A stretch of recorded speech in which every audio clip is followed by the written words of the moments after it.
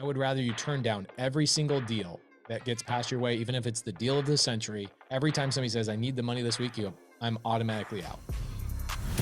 Don't ever bow to somebody else's pressure to wire the money for the deal. Every single time somebody's going to loan money to you, it's always because they didn't raise money early enough. Yeah.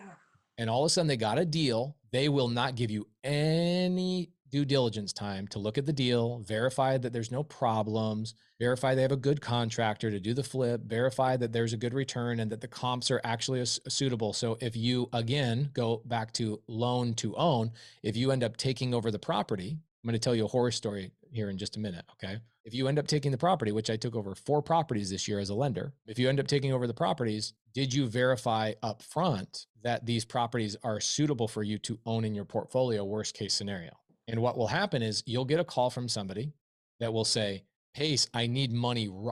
It needs to be wired now, today. Text message I got today from somebody saying, it was at 4:30. I almost want to show this to you. 4:30 this morning. Pace, I need $800,000. Do you know anybody has $800,000? And it's a student of ours that's been in the program for 2 years. I won't say her name, but I said, here's the problem. A year ago, you were in all of the Zooms and everybody knew who you were, and you could raise money with a text message. You haven't checked in to Sub 2 for nearly 6-7 months.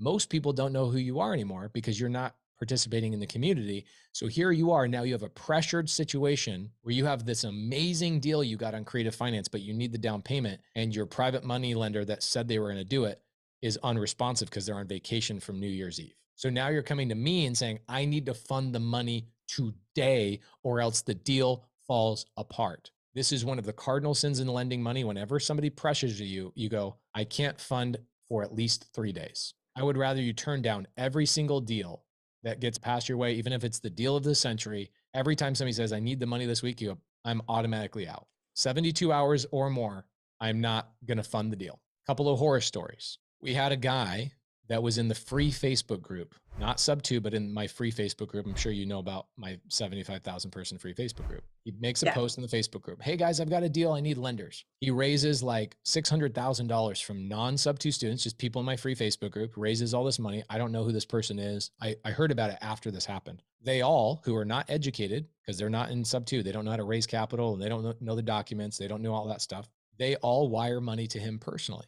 $600,000 to this guy personally. The deal he was looking to contract ends up falling through. All the investors go, hey, no problem, just send our money back. Guess what he did? While he was negotiating the deal that he was going to use their money for, while he was negotiating that, he goes, oh, I got this 600 grand. You know what I'm going to do with it? I'm going to go invest this into like a couple of flips, a couple of this. I'm going to put it into my cold calling, my marketing, my this, my payroll. The dude blows through 600 grand in a 4-month time frame, and the whole deal falls apart. That guy's in prison there right now. You've got people that want your money.